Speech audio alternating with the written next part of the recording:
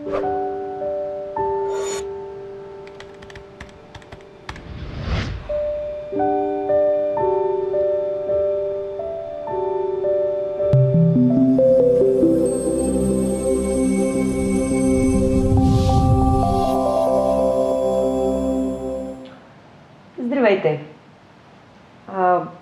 Казвам се Нана Гладуиш. Може би за някой от вас това е известно. Бях на 38 години, когато ми поставиха за първи път диагноза рак на гърдата.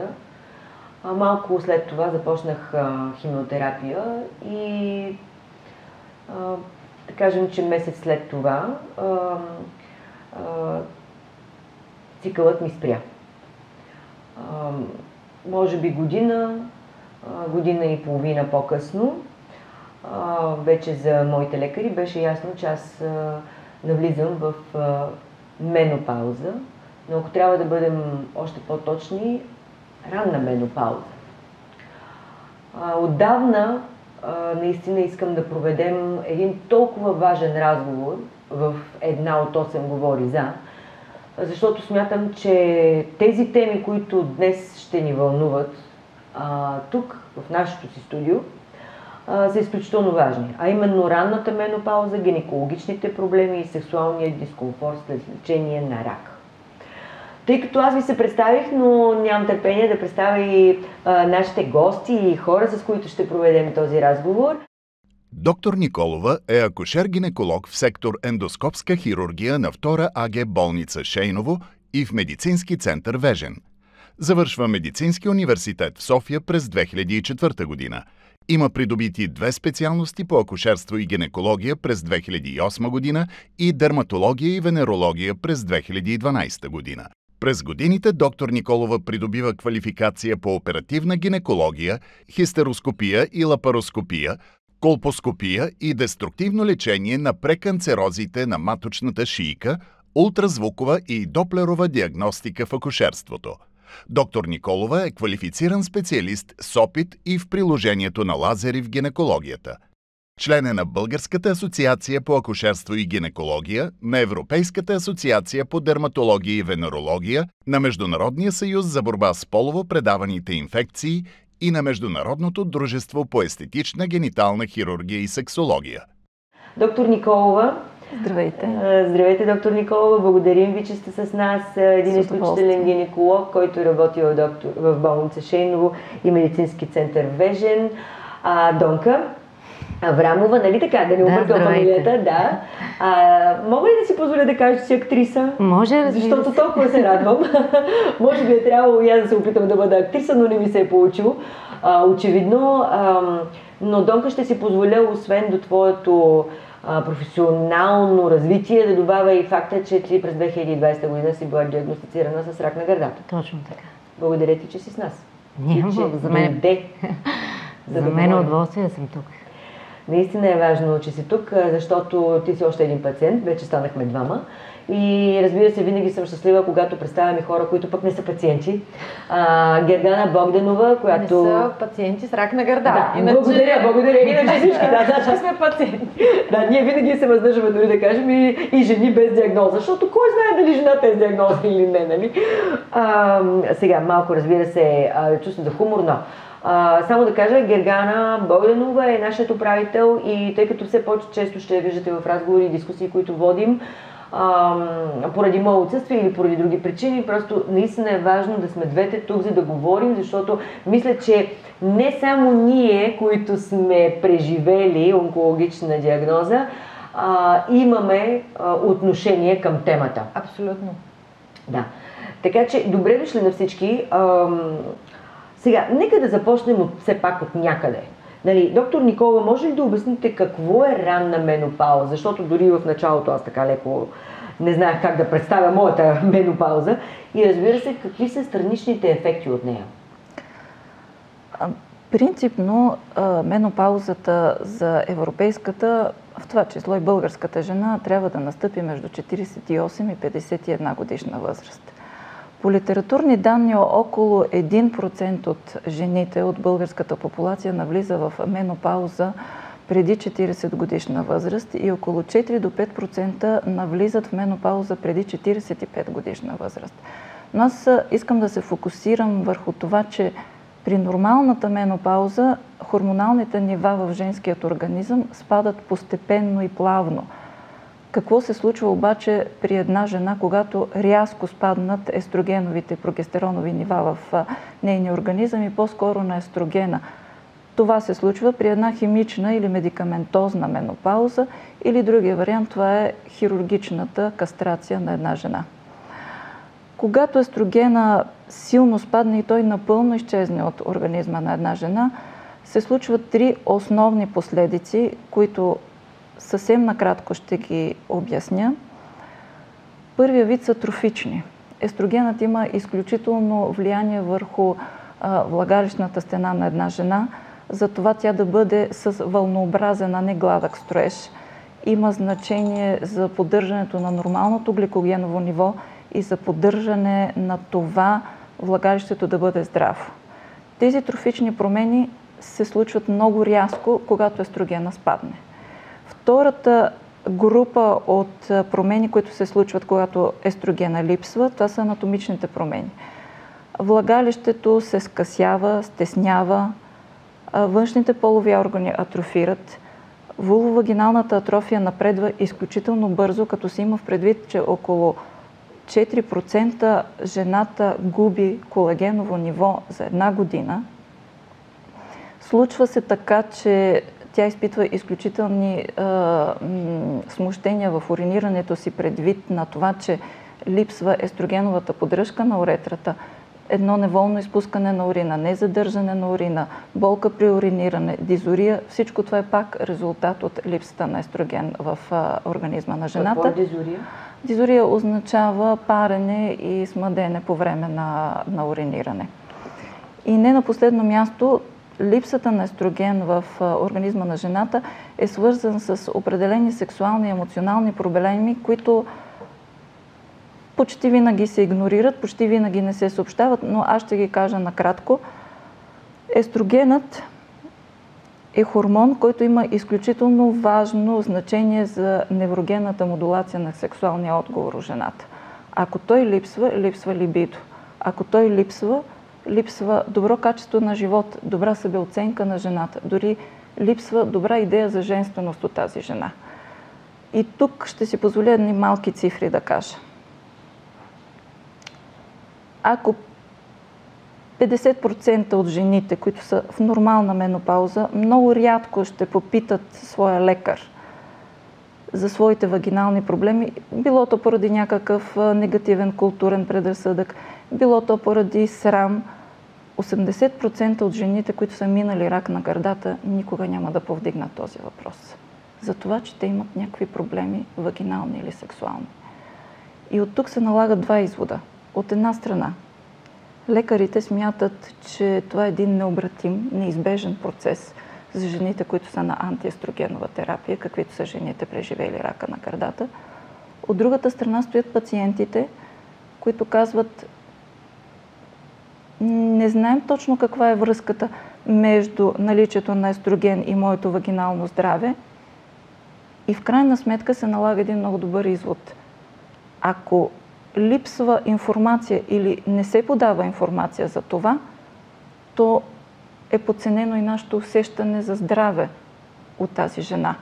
А 55 до 75% от жените, преживели рак на млечната жлеза, със сигурност имат вагинални проблеми. Тоест, ако в менопаузата кажем, че има краткосрочни симптоми, като изпотяване, безсъние, топли вълни, горещи вълни, те са краткосрочни, жените са запознати с това. И те в даден момент просто ще изчезнат. Оказва се, че вагиналните проблеми, като вагинална сухота, дискомфорт, вагиналната сухота и вулвовагиналната атрофия е прогресивна. Да, именно. И тя никога няма да може да спонтанно да се възстанови. От тук се налага извода, че вагиналното здраве е равно на качество на живот от тази жена. Следователно, ние трябва да предложим достатъчно добра информация на тези жени и деликатно да подходим и да обясним. И може би е роля на нас, лекарите, да инициираме този разговор и да започнем да си говорим с пациентите и да ги подканим да кажат какво точно изпитват и защо го изпитват. Да, аз бях чела някаква статистика, че всъщност много голяма част от жените, те не разпознават този дискомфорт като симптом на просто нещо. защото от Гергана те не свързват липсата на естроген с това влагалището да има здраве, казано най-общо. Да. Защото естрогенът поддържа едно нормално гликогеново ниво, поддържа нормални лактобацили. Те са всъщност фактора, който предотвратява честите инфекции във влагалището. Те поддържат стената на влагалището да бъде здрава, епитела да има определени слоеве и определена дебелина. Те поддържат подлежащите структури на епитела на влагалището да бъде също с определена структура и определена здравина. А когато това внезапно и рязко изчезне, нещата стават абсолютно необратими. От много време искам да говорим по тези въпроси и смятам, че говоренето трябва да продължи във времето. Едва ли ще се изчерпа с този разговор. Аз се надявам в наше лице, всички тук присъстващи и участващи в този разговор, да се опитаме да направим каквото можем, за да може жените на България наистина да получават информация, да започнат да говорят повече, а и пациентите, преживели онкологични заболявания или нещо, което е предизвикало ранна менопауза. Донка, при теб как беше? Ти имаш ли такива или имаше ли, макар че от това, което казва доктор Николова, то ако имаш, няма как да изчезва тук само себе си, но ние имаме все пак различни варианти, които доктор Николова може да сподели с нас, като възможност за терапия и лечение, подобряване на състоянието. Нали? За това в крайна сметка сме се събрали да говорим. Но при теб как беше? При мен също и аз имах странични ефекти, имах дискомфорт, което е, ако не беше доктор Николова, аз нямаше да знам, че това е проблем, който може да бъде решен. Можеш ли да говориш конкретно? Аз съм от тия, които малко говорят направо. Право кумел почи. Да, смисъл дискомфорт, нежелание да бъдеш, да имаш сексуален живот, абсолютен дискомфорт, болки дори. И си мислех, че това е, понеже аз съм все още на хормонална терапия, че мислех, че това ще бъде докато съм на хормони. И бях се примирила с този факт, докато доктор Николова не ми каза, че нещата могат да се оправят и всичко може да бъде...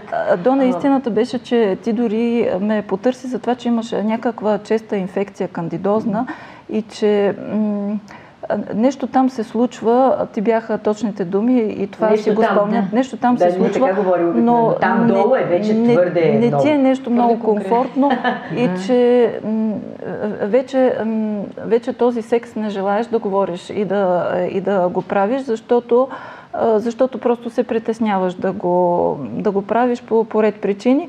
И всъщност така започна и нашия разговор. Това колко след диагнозата беше? Колко време след като терапията приключи и въобще... Аз сами имам чувство, че дори още по време на химиотерапията имах проблеми. В смисъл, парене усещах, дискомфорт. И си мислех, че дори този вагинален дискомфорт е от химиотерапията. С това го свързвах. Отдавна, в смисъл 3 години. Сравнително рано. Аз, между другото, ще ви кажа, нали, и аз съм пациент, и аз съм от тези пациенти, които са преживели повече от всичко, което другите са преживели, нали, в смисъл, ако мога да се пошегувам със себе си, но действително, при мен какво се получи? Аз толкова бях доволна, нали, че, да кажем, съм се справила с заболяването, и може би съм искала да самозалъгвам себе си в някаква степен, че някакси продължавах да се опитвам да живея по-старому, въпреки че преживявах, може би, дискомфорт. И той се изразяваше в много неща, и защото те попитах за конкретни неща, аз също мога да споделя, че сухотата, нали, тук говорим за сухота, която е изключителна сухота. Не говорим просто, нали, за нещо. Тя е болезнена сухота. Даже бих казала, че, нали, и това, което казахте и вие, доктор Николова, веднъж е сухотата на влагалището, което в един момент с времето става, как да кажа, проблем принципно в ежедневието. Мога да се изразя така. Нали, дори бельото ти лепне. До такава степен се слепва и всичко е толкова сухо, че просто бельото, аз съм се наранявала в момента, в който нали, човек нормално отива до тоалетна и трябва нали, да събуе бельото си нормално. Нали? Извинявай, че те прекъсвам. Говоря конкретно, защото нека да бъдем полезни.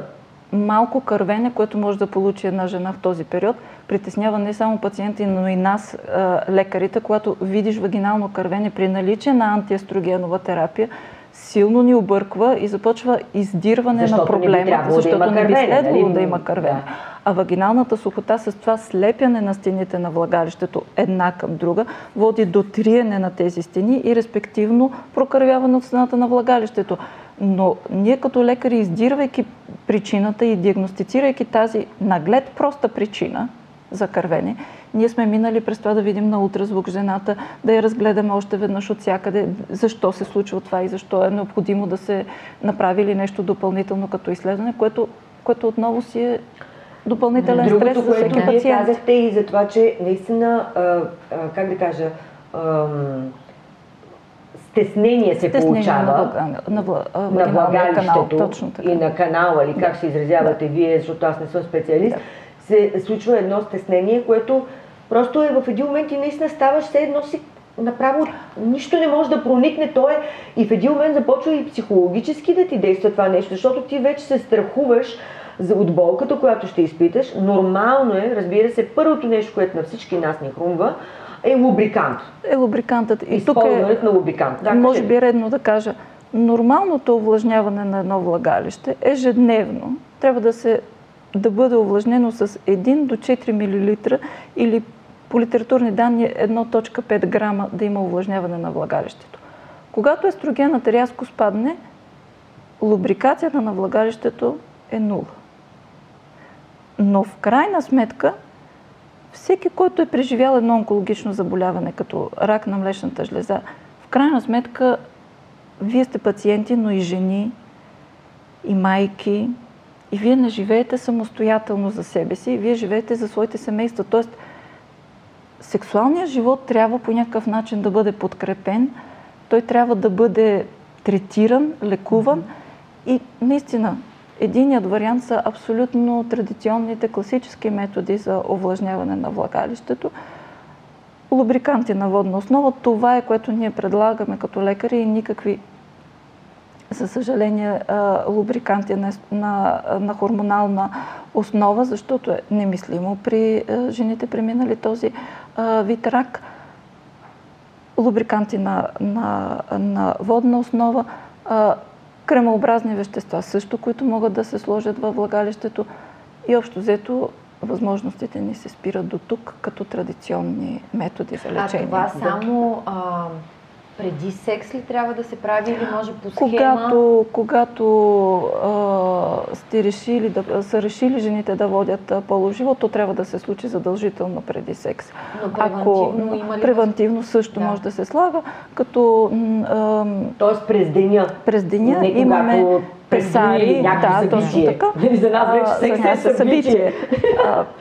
Има различни песари, които са на основата на хиалуронова киселина и те могат регулярно да увлажняват своите влагалища с такъв вид песар, който да подхранва по някакъв начин влагалището. Искам само още няколко неща да спомена от страничните ефекти и тогава наистина аз лично с огромен интерес чакам да ми обясните наистина, защото има съвременни методи, които да помогнат на всички тези странични ефекти от ранната менопауза, които са модерни, свързани с апаратура и с, може би, един много висок процент решаване или облегчаване на тази симптоматика. Но само тъй като, нека да обърнем, вие сте гинеколог, което е много ценно за нас да споделим още. Значи, другото, което вие споменахте при Донка, аз, например, в един момент, но разбира се години при това, след като съм продължавала да бъда на хормонални медикаменти, ешерихия коли. Да. Значи, трябва да ви кажа, че направо ме разсипаха. Просто искам да го кажа, защото може би един ще се разпознае в проблема на Донка с кандидозната. Ешерихия коли инфекция, ако тръгнете да правите често, също са индикация. Аз не го знаех. Аз наистина не го знаех. Защото колонизацията на нездравото влагалище от различни микроорганизми, като бактериална вагиноза, кандидоза, ешерихия коли, е много лесно да се случи с това влагалище, просто защото то няма защита от лактобацили. То няма защита от нормална лубрикация, няма защита от нормално увлажняване. Това много ме е яд да ви кажа, защото знаете ли на коя година аз твърдя, че съм интелигентен човек, прекъсвам ви само за момент. На мен гинеколог се обърна и ми каза, че аз трябва да слагам лактобацили в влагалището. Точно така. Ами, къде са ме проспали мен точно? И не са ми казали. Това е нашата всъщност роля, да не само да разговаряме, а и да обучим нашите пациенти какво трябва да правят. Донка, ти знаеш ли за лактобацили, че трябва да си поставяш на определен интервал от време, примерно всеки месец по 5 дни, между 5 и 10 дни или там каквото като схема е предписана от гинеколога, защото със сигурност трябва да споделяме с гинеколозите. Не, имах няколко пъти, доктор Никола ми е предписвала за лечение на моята кандидоза и така нататък, но по принцип тя така или иначе никога до края не е била излекувана. Да, това е големия проблем. Това е лошо. Рекурентните рецидивиращи инфекции не могат да бъдат излекувани, просто ако ние не подкрепим влагалището, то да възстанови своята нормална микробиота. Ако то има нормална микробиота, то ще се справи и с ешерихия коли, и с кандида, и с бактериална вагиноза. Въпросът е как и по какъв нехормонален начин да подкрепим тези жени. Това е за нас големия проблем. Защото жените, които са преживели това, не могат, извинявай Гери, не могат да си позволят никакъв друг метод. Аз искам да се хвана за нещо, което ти каза, да споделяме с нашите гинеколози. Аз имах скоро разговор с пациентка с рак на гърда, която ми каза, че толкова е болезнен, толкова е неприятен прегледа при гинеколог, че тя не ходи. Тя го отлага и не ходи. Наистина е неприятен при условия тая сухота, но е глупо сега да не ходиш заради това. Не може да не отидеш поради тази причина. Да, наистина е неприятен, но в крайна сметка ние трябва да ходим. В крайна сметка има и детски спекулум, има и детски варианти за преглед, т.е. можем да го приложим. И по-голямо увлажняване, повече гел. Попаднала при груп гинеколог, който каза, това ме отказа, аз не искам да ходя. Искам да ви го питам, защото още едно нещо преди това и после ще говорим за вариантите. Знаете ли, това много ми е удобно да го кажа, обаче аз дълго време се страдах от нещо, което много ме беше, даже не бих казала срам, аз много срам, не знам дали изпитвам, но по-скоро аз изобщо не знаех към кого да отнеса проблема си, вследствие дългогодишната сухота, която не беше третирана при мен и която аз изобщо не знаех, че може да се третира, всъщност явно изтъняването на стените на влагалището се получаваше една като вибрация, изключително дразнеща, която просто направо ме водяваше. Такава просто все едно нещо трептия, нещо, което... Това е абсолютно често съобщавано от нашите пациенти, когато се заговорим за това нещо. Това е пак резултат от силното слепяне на предната и задната влагалищни стени и в опита си по някакъв начин организма да ги раздалечи, се получава едно усещане много странно, като вибрация. Като за трептене. Да, точно така. Не. Ти си щастливка, повярвай ми. Исках да си прережа вените. Направо бях полудяла. Добре, защо ранната менопауза води до изпускане? Сега всички сме кихали и сме се напикавали, ама дайте да си поговорим за изпускането, което... Гери, моля те, знаеш ме как говориш? Аз четох, Нана, 200 милиона жени в света страдат от това. Това число са онкопациентите, разбира се, това се случва и след раждане. Това се случва и след раждане, но това са бързопреходни симптоми, които ще отшумят с времето.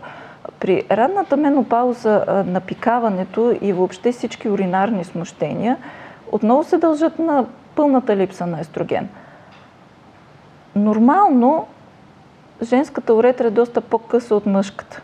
И тя има много характерен поддържащ апарат, който поддържащ апарат се състои от определени съединително-тъканни нива и хиалуронова киселина под уретрата на жената.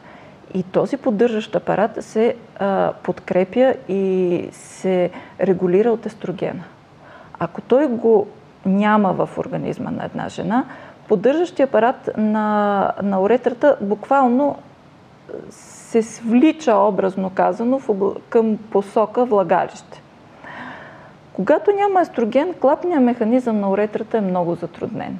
Тоест, едно кихане, едно движение по стълби надолу, ако решава жената да поиграе хоро, тя ще се напикава на всяка вибрация или на всяко подскачане. Много тъжно и много... Клапният механизъм е нарушен, поддържащия апарат под уретрата е нарушен и не на последно място, уретрата става, така се нарича на медицински език, хипермобилна. Т.е. тя може да се движи напред и назад, защото няма поддържащ апарат. Затова всъщност напикаването при жените в менопауза е втория голям проблем след вагиналната сухота, за който всъщност абсолютно нищо не се споделя. И тук е редно да кажем, вагиналното здраве на една жена е равно на сексуалното здраве на една жена. Тоест, отново, този пул от пациенти, които са преминали рак на млечната жлеза и за съжаление се намират между 35 и 42 годишна възраст. Отварям една малка скоба. За 2017 година от Българския национален раков регистър 28,7 са процента рак на млечна жлеза от всички онкологични заболявания у жената. Тоест 1/3. Което е сериозен процент. Ако ние не обърнем внимание на това, че онсета, т.е. появата на рака на млечната жлеза спада като възраст. Той идва под 30 годишна възраст, което е пандемия. Този пул от пациенти, ние трябва много ясно и деликатно да се обърнем към тях, като ние, може би, лекарите трябва да кажем, че тези проблеми ще съпътстват техния живот след химиотерапия или каквото се направи антиестрогеново, че те ще се срещнат с тези проблеми и че тези проблеми имат решение за тях. Какви са, нека сега да кажем и да започнем наистина, защото мисля, че горе-долу рамката я начертахме, винаги може да има девиации и още неща, като странични ефекти, но вие споменахте локалните лубриканти и някои локални медикаменти, които могат да се използват. Но каква иновативна терапия съществува за подпомагане или решаване на тези проблеми? Аз тук нека не звучи като самохвалство или като нещо, което искам да... Нека да бъде самохвалство. Именно, аз това ще да кажа. Я се похвалете. България вече не разполага с лазерна технология. България вече разполага с най-модерната лазерна технология за лечение на вагинални проблеми за жени, преминали рака на млечната жлеза. И това го казвам ясно със съзнанието на това, че нашият екип направи някакъв ресърч, направи си някакво проучване за това как трябва да се извършва тази терапия и ние се спряхме на лазерна технология по няколко критерия. Първият ни критерий беше ефективност. Ефективност на метода, обаче, който да е подкрепен с наука, с клинични проучвания и с научни статии и не на последно място този апарат да има FDA потвърждение за това, че той може да се използва при жени, преминали рак на млечната жлеза. А какво е FDA? FDA е Food and Drug Administration, американска асоциация, която дава сертификат, който позволява този апарат да бъде използван за лечение при тези жени. Да, чудесно. Вторият ни критерий, на който ние се спряхме, беше поносимост за пациента. Защото аз мятам, че и Донка ще го каже, тук комплаенса на пациента и това да вървим рамо за рамо е много важно, защото за мен не е равнозначно на една пациентка, която е преминала страшно много болезнени манипулации, да ги наречем. Едно е да кажеш на тази пациентка, предстои ти манипулация, която ти ще усетиш вибрация, затопляне, да, може би някакво по-странно усещане в малкия таз, отколкото да й кажеш, Доне, ще усещаш болка. Това беше втория ни критерий, върху който ние се спряхме. И третият ни критерий, върху който работи много нашият екип, е това жената да не бъде изваждана от нейния ритъм на живот, да не се нарушава качеството на живот. Да, имаме някакви рестрикции, но тя да може да си тръгне от нашия офис спокойно и да каже, аз продължавам своя нормален живот. Това бяха трите критерии, върху които ние се спряхме. Намирам ги за изключително адекватни критерии. Да. За това и може би така екипа ни много дълго време търси това, което имаме в България. И идеята е, че в случая ние имаме апарат, който съдържа 2 лазерни дължини на вълните. Едната лазерна дължина на вълната е аблативна, т.е. тя прави тъканна увреда, повърхностна тъканна увреда на вече атрофиралият епител. Втората дължина на вълната е много интересна. Тя води до термичен ефект, до загряване на обработваната зона, но прониква в по-голяма дълбочина. И именно проникването на тази по-голяма дълбочина на вълната води до това да възстанови по някакъв начин образуването на колаген, еластин и извънклетъчно вещество в подлежащата тъкан на епителя. Ако вие увеличите кръвоснабдяването на една тъкан, има повече хранителни вещества, т.е. подлежащите тъкани ще нахранят епителя, който стои над тях. Епителът ще възстанови своята дебелина, епителът ще стане много по-богат на гликоген. Тези малки клетки, които ежедневно ще се отделят от вагиналният епител във влагалището, ще отделят гликоген, а най-големия буст на лактобацилите, те да се размножат естествено в това влагалище, е гликогенът. Тоест, с аблативна и неаблативна, казано по някакъв физичен начин, 2 дължини на вълните могат да направят едно пълно възстановяване на влагалищния епител и подлежащите тъкани и не само да възстановят епителя, но да и възстановят секрецията във влагалището. И това беше всъщност нашия най-голям плюс в обработването на подобна тъкан с този вид апарат. Може ли да кажем как се казва? Да, какъв е този апарат? Аз вече нямам търпение, направо стоя тук. Вече си мисля, сега да си го направя, да не си го направя, кога си го направя, то по... Нали, смисъл, дайте да разберем. Как се казва? Процедурата се казва Mona Lisa Touch, но тя е имитирана от нов вид апарат, който се нарича Dual Glide. Dual, защото има 2 дължини на вълните и всъщност прави цялото това ремоделиране на тъканта на влагалището по време на манипулацията. Ти правила ли си го това, Донка? Да. Да. Вау! Да, и аз вече съм завършила. Аз мисля, че да, ние с Донка вече завършихме нашия курс на лечение. Толкова много въпроси. Гери, моля ти се, започва въпроси. Манипулацията трябва изключително кратко време. Апарата страшен ли е? Не е страшен. Няма нищо страшно. Дори не е болезнено. Аз по принцип имам висок праг на чувствителност към болка, но не мисля, че е нещо, което е болезнено в никакъв случай. Прави се без упойка? Прави се без упойка. Не е необходима някаква специална предварителна подготовка за манипулацията. Влагалището не трябва да има лубриканти. Не трябва да има някакви остатъци от предходни свещички, сложени предходната вечер или някакво друго лечение. Тоест, манипулацията е под 5 минути, тя не изисква анестезия, не изисква някакъв възстановителен период.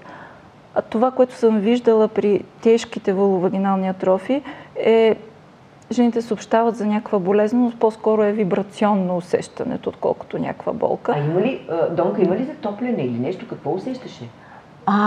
Да, има леко затопляне, но то е по-скоро като щипене, не е толкова като горещо нещо, което да предизвика, нали, парене, такова. По-скоро като щипане. Всичко свършва за 5 минути. Може би под 5 минути. Да.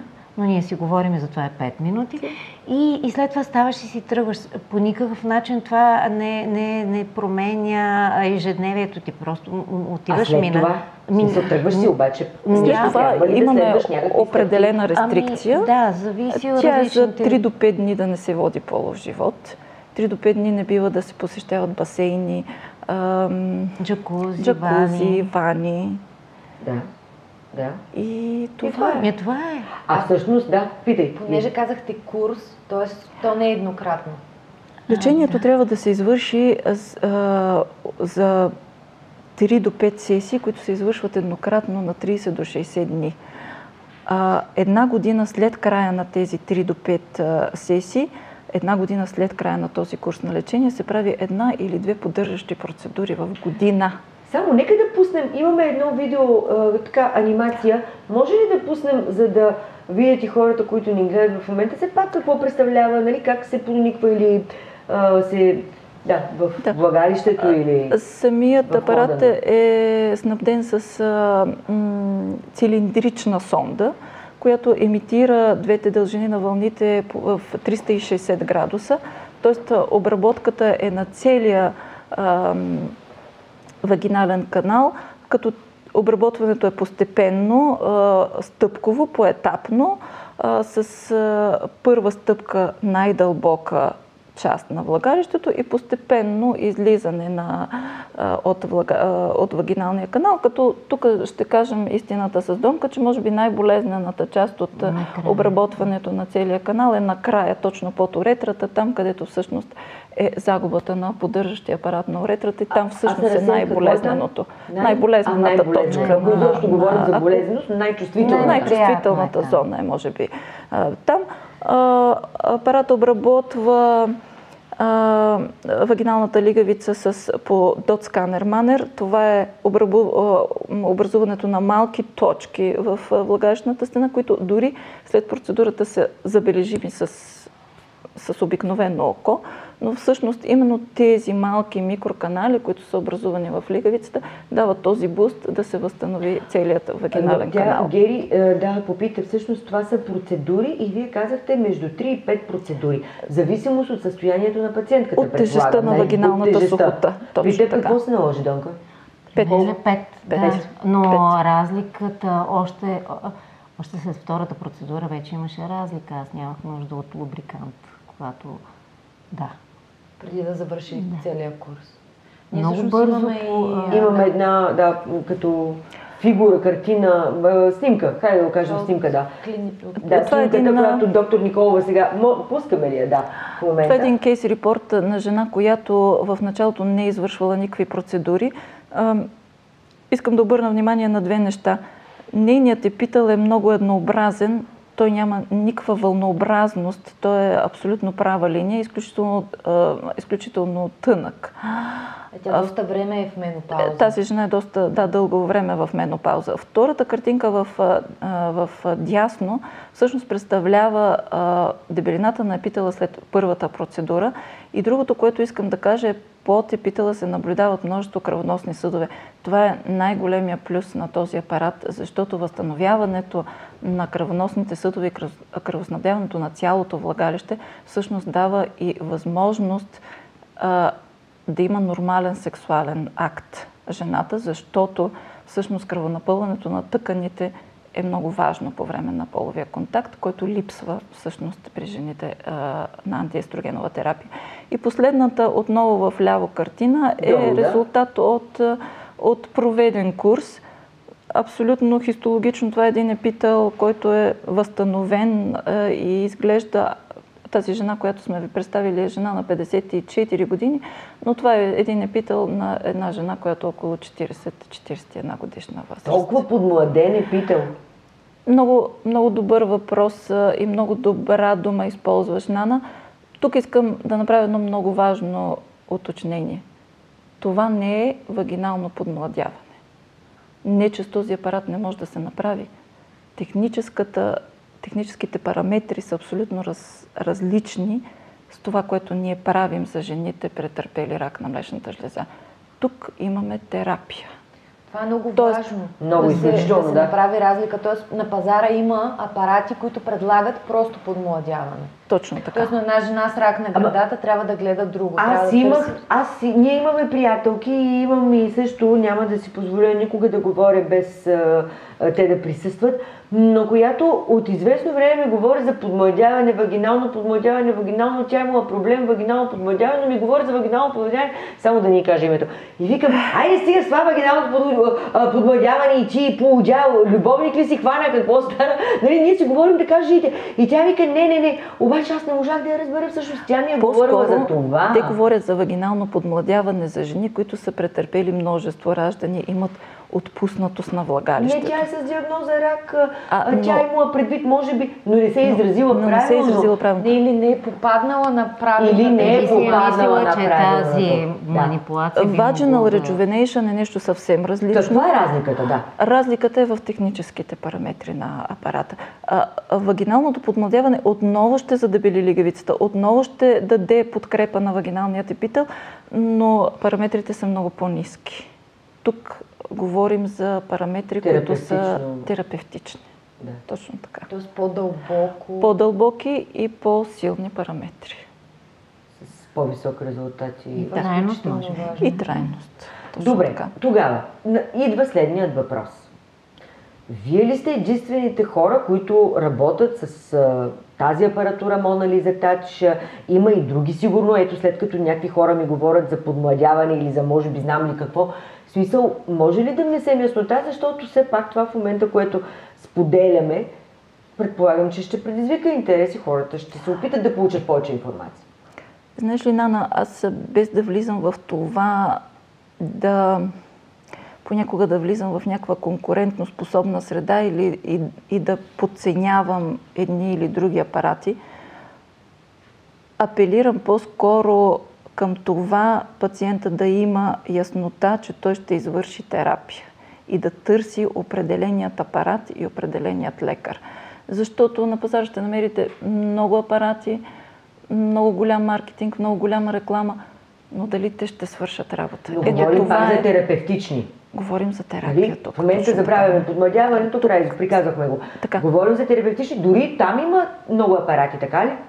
За съжаление не. И ние разполагаме с такъв, който може да свърши работа. Всичко друго е подмладяване. Всичко друго е подмладяване. Обаче, може би, ако ги попитате, ще кажат, да. Това ще свърши работа. Ще свърши работа, но тя ще бъде краткосрочна. Даже чувам, че някъде не лекар прави процедурата, което е голям проблем. Да, има салони, има салони, които се предлагат. Които се предлага тази процедура. Като ти разкрасяват лицето, защото пък да не ти разкрасят. Да не го казвам, вие се сетихте. Нали? Но именно за това, защото има в някакви си салони, козметични такива процедури и хората започват да нямат доверие в самата терапия. Защото си казва, какво, нали, щом го има в един козметичен салон. Значи, това е несериозно. Несериозно, да, каже ти. Дето не е за мен. Още повече един онкологичен пациент по принцип се пази. Вие знаете, доктор Николова, че, например, ние, онкологичните пациенти, веднага бихме задали въпроса: добре, това нещо аз ще го направя, за да намаля страничните ефекти от менопаузата, но възможно ли е с това да предизвикам нещо, с което да провокирам ново онкологично заболяване с нова локация? Или не дай се Боже да провокирам? Много сме чувствителни на тази тема ние. Лазерът действа на физично ниво на дълбочина от 4 мм. Тоест той действа локално. Няма как този лазерен лъч да отиде по-далече от тези 4 мм. Това е първото. Второто, методът е нехормонален. Не може да се случи такова нещо, че да се предизвика рак на друго място. И тук е може би място да кажа кога тези жени могат да се възползват от този вид лазерна терапия. Трябва да е минала от последната химиотерапия, да са минали 6 месеца, за да може тя да си позволи лазерно лечение. Минимум. Ако тя има някаква допълнителна друга хирургия в малкия таз, трябва да се изчака достатъчно дълго време тъканите да се стабилизират, поне около 6 месеца, за да си позволи лазерна терапия на влагалището. Третото нещо, което искам да кажа и което всъщност може би не го засегнахме, е, че при онкологично болните пациенти процентът на гениталния херпес е висок. Ти спомена за Ешерихия коли, но аз искам да кажа, че от 12 до 16% по литературни данни тези жени страдат от генитален херпес. Тоест, те трябва да са преминали лечението на херпеса и да минат още 2 седмици от края на лечението им, за да направят лазерна терапия. И последното така, как да кажа, предписание за нас като лекари е, ако жените вземат допълнителна антикоагулантна терапия, говоря за подкожна, инжекционна антикоагулантна терапия, не за аспиринова профилактика, с едно но към тези жени за провеждане на лазерна терапия. Всички други извън тези рестрикции нямаме място те да се страхуват да го направят. Гери зададе много важен въпрос преди малко, но аз ще се забравя мисълта, нещо ми хрумна. И то е кой определя дали една жена е подходяща, но не искам да забравим въпроса на Гери, дали лекар прави процедурата и че на някои места не били лекари, нали, дори а някакви не знам какви. Какъв? Козметици, може би, не знам. Козметици. Оператори на машина. Оператори на машина. Нашия екип е абсолютно ангажиран само с това да извърши процедурата лекар. В случая лично аз преценявам за моите пациенти, като Донка и останалите, кога ще я направим тази процедура и как ще я направим. И смятам, че това си абсолютно медицинска манипулация, която преглед е достатъчен. Е достатъчен. Не е необходимо да не е се необходимо правят нищо други друго. изследвания, кръвни, образни. Гинекологичният преглед от човека. Защото за наша радост промените са видими с просто око. Вау! Да. Добре, ти как разбра, Донка, за това? Предполагам, че познавайки доктор Николова, но ти сподели, че имаш проблеми и там някъде... След като бях оперирана от рак на гърдата, се запознах с доктор Николова и започнах да я посещавам. Извинявайте. Защото знаех, че заради хормоните трябва да се наблюдавам, да видя дебелината на... Жената по принцип трябва да ходи на гинеколог. Моля ви, даже и хистеректомия да ви е направена, пак ходете на гинеколог. Моля ви, някои жени си мислят, че като е направена хистеректомия, като е махната матка и яйчницата, всичко те не трябва да ходят на гинеколог. Няма такова нещо. Мога ли да го кажа? Благодаря. Категорично. И доктор Николова си ме хвана и през цялото време тя си ме водеше. Аз, за да си спестя тези ежемесечни инжекции, за които дори им забравих името, всичко лошо забравям. Се наложи да си махна яйчниците, за да може при нас отстранихме яйчниците. Може да се отстрани спокойно, не ми липсва. Да.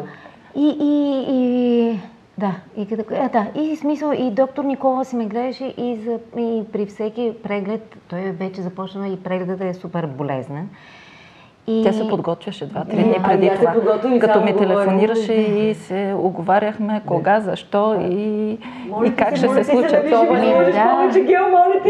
Доста неприятно и доктор Никола ми спомена, че очакваха този апарат, който да го доставя. От колко време е в България този апарат? Отскоро, почти около половин година. И аз като разбрах, се побърках. В смисъл, аз през месец звънях. Какво става? Апарата тук ли е? Много ми скъса телефона. Добре, нямаше ли притеснения някакви? Не. Чисто просто така, нещо да те тревожи, нещо да те попиташ. Пита тревожния човек. Тревожният човек пита, тревожният човек. Не, дори и за болка. Не за болка само за болка може би пита, Донет и пита за болка. Но нищо друго не те притесняваше? Не. Доктор Николова, моята лекарка, която ме гледа от 4 години. Смисъл съм в нейните ръце. Няма смисъл. Но, добре, много важен въпрос. Още един. Колко струва тази процедура? Еднократна или там, не знам както я калкулирате, курс, както се случват нещата? В интерес на Говорете истината... спокойно. В крайна сметка всички ние, българските пациенти, сме наясно, че едни неща се осигуряват, други не се осигуряват. Те не се осигуряват от здравна За каса, съжаление, нали? такъв тип лечение не се осигурява от Националната здравна каса. А защо? Защото смятат, че ние нямаме нужда вече от секс, за нищо не ставаме. Така? Да, екстра, да, че може и без това. Не, между може другото, да това е не. шега, но искам да кажа само едно, защото ние говорим за тези странични ефекти от менопаузата, но искам да кажа, че менопаузата има и на психическо ниво също много голямо въздействие. Много по-чести депресивни състояния. И много други неща. И като добавим наистина това, че един човек вече и малко редуцира дори и сексуалния си живот, което е все пак едно физическо и психическо здраве. Да. Именно. Сексуалния живот не е само за теб, да. Обичаш, да. Той и за партньора ти в един момент ти се чувстваш и виновен към партньора си, или болката, която изпитваш, пък те стресира, нали, и ти дава дискомфорт. Така че това е много комплексен. Така че това не е лиготия и това, че здравната каса може би трябва да се грижи и за здравето ни и в тази му пълнота. Точно така. Според мен е от ключово значение. Защото този проблем става социално значим при развалени семейства. Абсолютно. Точно така. Да. Това е абсолютно значимо. Да. Но не се поема от здравната каса. Не се поема добре, от това е ясно. Това е решение, може би, на пациентката, самостоятелно да търси и да... А колко струва? В нашия център тя е 250 лева една процедура. Правиш не е 3 нещо или непосилно, 5, не е нещо, което да... Аз мисля, да, че това е. И Аз тя мисля, се прави че колко... жени за лицето си дават повече пари. Не ме питай, вчера бях. Не, просто казвам. Но не ми личи парите, които дадох. Те, за съжаление, не ми личат на лицето. В смисъл, което малко ме притеснява вече. Това са 5 процедури, 5 процедури. така че не е 5 процедури толкова... еднократно в месеца се правят. Аз също. Сега, нека да ни оценяваме. Всъщност хората имат различни възможности. Нали, нормално е един да е с по-големи, друг да е с по-малки възможности, но аз също мисля, че... Аз бих си събирала от закуски да го направя Не, става въпрос за здраве все пак. Нали? Това не е нещо, което... Това са колко 1225 лева. То понякога една коронка на зъб, нали, като се замислим за толкова други неща. Аз вече се изненадвам, една елементарна консултация е 100 лева. И 150 лева, и нагоре понякога. Нали, смисъл, не искам в момента да оправдавам, аз не търся оправдание. Даже, моля ви се да не си помислите, ние наистина, аз пак ще го кажа.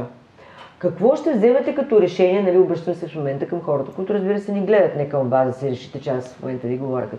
Но всеки си преценява сам за себе си. Но не знам как се чувствате, не знам дали споделите с приятелки, разбира се, имам предвид, не знам дали признавате дори и пред себе си за собствените си вътрешни преживявания и дискомфорт.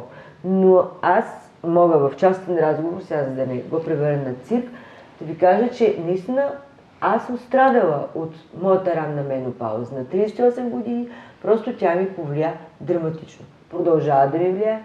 В някои случаи страха ме е спирал, в други просто незнаенето. Не съм знаела, аз ето ви казах, дори за едни елементарни лактобацили.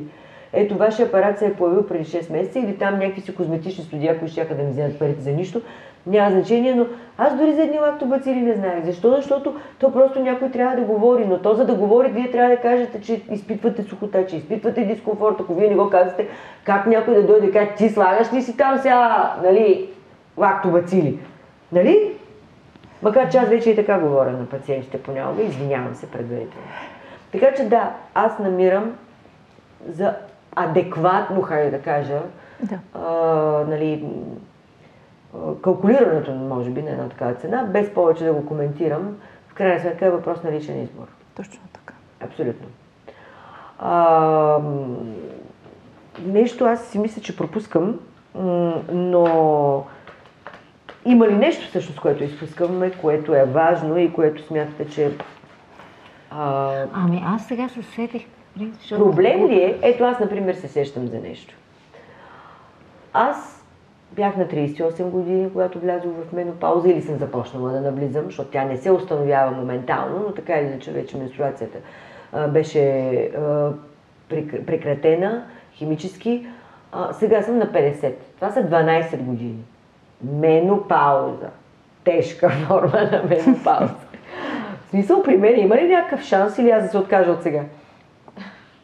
Абсолютно е резонно да се направи във всеки един момент, в който жената е решила. Дори и след 10-12 години, защото пак се връщам на това, че вулвовагиналната атрофия е прогресивна. Тя ще става все повече и повече във времето. Ако можем ние да я стопираме или да я застопорим по някакъв начин, задържим, от това няма по-добро. Тоест, дори профилактично да се извърши един курс и след това да има поддръжка на тази вагинална лигавица еднократно в годината, това за нас е напълно достатъчно. Да, с това ще да го питам. Колко продължава ефекта? Една година след целия курс. Една година след това Донка трябва да заповяда за една поддържаща процедура. Но тогава е само една поддържаща. На година. Или две в максималния си. Една на 6 месеца. Междувременно, ако жената продължава да изпитва някакъв дискомфорт, може да ползва и локални... Може да използва локални средства, точно така. Сега искам да питам, понеже спомням си, че когато бях на химиотерапия, имаше доста млади момичета, които бяха под 30 години. Да. Те също са с хормонална терапия. Те също са с за кратко, но са пак в моето положение. В това състояние. Те също могат да се възползват, нали? Абсолютно. Защото те... Абсолютно. Представете си на 20 и няколко години човек да не може да води... Хормоналната терапия вече 5-10 години. Вече над 10 години ми казаха, че не е. Аз все пак си мисля, че в тази посока ние няма как да разгледаме всеки случай сам за себе си, е строго индивидуален. И разбира се, най-доброто нещо е пациента или жената, в зависимост от нейното състояние, защото тук може да говорим дори за жени, които при естествено настъпила менопауза, но продължила във времето и предизвикала неприятности за жената. Така че прегледа при гинеколога може би е нещото, от което трябва да се започне. Да. Смятате ли, че във вашата гилдия, примерно, питам ви, вие сте гинеколог, който работи с този апарат, запознате с неговите предимства и със сигурност бихте прокламирали неговите действия, в смисъл ефекта от него, което е най-нормалното нещо. Аз надявам, ако имате нещо, може да дадете повече информация, за да по отношение на другите гинеколози, те според вас биха ли казали на жената, ти си с атрофия и ти трябва да потърсиш нещо такова, вариант, с който да си помогнеш. Можеш да си помогнеш. Знаете ли, всяко ново нещо, българският пациент е много консервативен и мнителен, но такъв се оказва и българския лекар, за съжаление. Той смята, че една новост като лазерна терапия на влагалището е просто малко каприз или ексцентричен за жената. И казваме, добре, иди си го направи. Но за съжаление с половиността. Не винаги намирам дори съмишленици сред колегите си това да бъде прокламирано, за съжаление. Защото за повечето от тях това е един естествен процес. Менопаузата е естествен процес. Така е. Не знам дали знаете, че менопауза има само човекът и един вид белуга. Никое друго същество в живата природа не изпитва менопауза и не влиза в менопауза. Не знаех. Но менопаузата... И то жената, това си е вече наказание. Това си е вече наказание. Но ти много добре, Нана, го казваш. Целият психологически, ако искате и социален момент, в крайна сметка ние живеем в едно модерно общество. Ние живеем в 21 век. И така както отиваме на фризьор, маникюр и за някакви много елементарни неща, ако ние не отворим тема за това, че страдаме от вагинални проблеми и че имаш много елементарен начин да го тушираш този проблем с нещо модерно. И безопасно, защо да не се направи това нещо? И защо трябва да изпитваш всички тези странични ефекти на нормалната ти менопауза, като ти можеш да си ги подкрепиш и сам да си помогнеш в този период. И в това няма нищо срамно да се говори, в това няма нищо срамно да се каже, че една жена изпитва вагинална сухота и че тя не желае да води полов живот и че тя се чувства изолирана и психично депресирана за това, просто защото трябва да го сподели с доктора си. Друг вече е проблема, че докторът трябва също да има подготовката и това да бъде достатъчно отворен към тези хора и да каже: да, ти си така, имаш това, намирам чисто обективно при теб това, предлагам ти нещо или не ти предлагам нещо. Все още сме прохождащи, все още сме в началото. Аз мога да кажа само едно, че, без да искам да ви прекъсна, говорила съм с много пациенти, които са лекували на различни места по света. Това се случва, българи живеят по света навсякъде и сме обменяли опит. В момента, в който излезе патологията в определени държави и болници, патологията имам предвид вида и характеристиката на тумора, вече за, разбира се, целият екип от лекари е ясно жената през какви терапии ще мине и какво ще се случи. И трябва да ви кажа, че на някои места в развитите общества не минава много време, да не кажа ден, два, в момента, в който на вратата на стаята на тази жена почуква сексолог включително. Точно така. И въобще, нали, за психолози, за други хора, нали, специалисти, които могат да обяснят, ние продължаваме да се питаме един друг пациентите: ти имаш ли неутроф, как се казваше това, което безчувственост, примерно, не знаете, от химиотерапиите става безчувственост в крайници. Кожата ти беше ли суха, проблеми с ногтите? В момента ни избяга. Но ние продължаваме да се питаме за такива неща с идеята, че някой до нас ще сподели нещо подобно на това, което ние изпитваме и ще разберем, че всъщност, нали, не сме ние лудите и не е само проблема в нас и той не е просто, ние не сме някои изключение, а всъщност и другите хора страдат от това, а пък вече оттам нататък, нали, вече може да се намери решение, когато разбереш, че не си сам в своята мъка и че това е нещо, което е може би страничен ефект. И като си подготвен, вече имаш смисъл, като си подготвен какво ще се случи, вече знаеш как да продължиш нататък и търсиш. Точно така. Това е липсата на информация долу при нас, която е изключителен проблем. Вас какво ви накара така към финала, така че може би всеки да помисли, ако нещо сме изпуснали, да кажем, вас какво ви накара да се занимавате и да работите в тази посока? Аз съм убедена, вие сте специалист. За мен доктор Николова ми разказа историята и аз бях изключително впечатлена. Аз направих една ятрогения.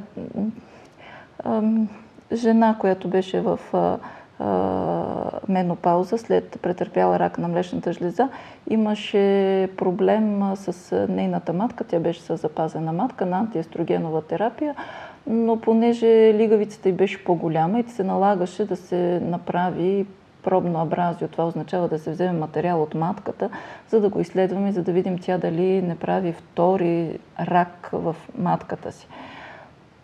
Тя посети нашата болница, всичко беше наред, но при слагането на инструментите, това, което се случи, е, че аз и разкъсах влагалището. На 2 места, като Мерцедес. Изкъсах цялото влагалище, поставяйки двата инструмента. Разбира се, тя жената нищо не е усетила, тя е била в анестезия, тя е била под пълна упойка, аз съм възстановила направеното от мен. Въпросът беше, че това някак много ме... Следствие на сухотата и изтъняването точно на така, атрофията. Но това някакси много ме... Нали, това е позната на позната, за тази жена са ми се обадили толкова и толкова хора и аз с тръпнене отивам да направя пробата. Случва се това, трябваше да си зашия това, което съм сторила. Аз съм обяснила на жената какво съм направила, нищо не е скрито, тя нищо не е казала жената за мен като лекар, но това беше може би пусковия механизъм нашия екип да тръгне и да търси някакъв друг начин за това ли ви накара като специалист да разберете това беше, колко може би, всъщност проблема може да е сериозен и задълбочен, че едно за поставяне на глобален инструмент Да постави в ситуация, в която вие, това не е умишлено от вас, а по-скоро то не е умишлено, вие сте били на неподходящото място в подходящото време. В смисъл, това е нещо, което се е разпадало едва ли не. Но смисъл предизвика глас. Ако тази жена е имала дори една подготовка, както казваш ти, с лактобацили или хиалуронова киселина, това не би се случило. Но се случи. А може ли при преглед да се случи? За съжаление, може да се случи при един определен, поне да направя. И последно това, което само се сетих, че не казахме, тази манипулация, процедури, курс с апарата Мона Лиза, помага ли при изпускането на урина? Категорично да. Има и определен накрайник, определена сонда, която лекува само това, ако искате. Ако искате, не лекувайте влагалището, лекувайте само изпускането, а може да се случи общо. И изпускането, и влагалищната сухота. Това са две неща, независими едно от друго, в зависимост от, разбира се, проблематиката на пациента. Да, точно така. Ами, къде се случва това? Това се случва в нашия център Vision Medical, който се намира в София. Много съм щастлива, че ние чухме и разбрахме за това. Няма да скрия, че принципа беше случайен почти. Разбира се, ние хората от познат на познат, от пациент на пациент. И в крайна сметка, познавайки се, стигаме до информация, стигаме до нови технологии, до нови терапии, до иновации, като в случая тази, за която говорим. И аз съм много щастлива, че проведохме този разговор и се надявам тепърва да продължаваме да говорим под различни форми, в различни комбинации от хора и проблематики, но аз мисля, че темата е много голяма и продължавам да мисля, че дебрите на менопаузата са необятни и вече започвам много да се страхувам, защото изпитвам всяка година нови, те не са вълни, а всякакви други изненади. Но така да успявам да... Аз започвам много сериозно да се замислям. Вие сега ми вкарахте мухата много така... Аз съм от страхливите, но да, благодаря ви. Можем ли да обявим нещо, което за мен е Даваш ли ми частта? Разбира се, да. Аз искам да ви кажа на всички вас, дами, че доктор Николова се присъединява към екипа от специалисти от нашата инициатива Попитай лекаря и всеки месец ще консултира тук в клуба на 1 от 8. Може би ще кажете как тук ще консултира, това не е гинекологичен кабинет, но всъщност предварителния разговор с доктор Николова си говорихме, че всъщност по снета анамнеза от пациента може да прецени доколко... И документи, ако има, предварително да ни донесе със също плюс. Така че следете нашата фейсбук страница. Първата дата, на която ще посети клуба на 1 от 8 доктор Николова е през юли. През юли? През юли, да. Тя се присъединява към, сега не знам дали тази дума хареса ми или не, но плеяда от имена, с които ние работим и се гордеем, че те са и партньори и приятели на Фондация 1 от 8. Говорим за доктор Роси Кръстева, медицински онколог, за доктор Захари Захариев, който е лъчтерапевт, говорим за доктор Албена Факирова, която е патолог, говорим и за Велина Григорова, която е магистър фармацевт. Да, и която е изключителен специалист. Ще го и говорим още и още за това. И сега вече и доктор Николова. А само да ви кажа, да, сега аз не ми слушайте щуротиите и майтапите, понякога чувството ми за хумор винаги е било странно за хората, но винаги една жена има какво да попита гинеколога си, повярвайте ми. Дори в разговор. Да, разбира се, дори в разговор. Трябва да ви кажа, че за много от нещата, които са свързани с специално менопаузата, аз не е бил прегледът този, който ми е помагал, всъщност разговора, разбирането и препоръките. И като изследвания, защото и вагинален секрет се взима, за да се преценият много неща, нали, на определен период време. Сега няма да обяснявам всичко, което вие може да попитате доктор Никола и не ви убеждавам, но просто ви съветвам. Не забравяйте посещението при гинеколог, а в случая при нас ще можете и да получите една безплатна консултация, така че следете ни на страницата на Фейсбук. Много благодаря. Темата за менопаузата е голяма. Сега как си? Много добре. А мъжът ти? Мисля, че още по-добре. Още по-добре! Сега дай да решим проблема и на моя мъж. Разбира се, че ще приключим тази тема с усмивка. Аз мисля, че ние сме, ако сме здрави психически и физически, секса трябва да съпровожда живота на всеки индивид, защото е нещо прекрасно и чудесно. Благодаря ви. Благодарим и ние сърдечно. И до нови срещи.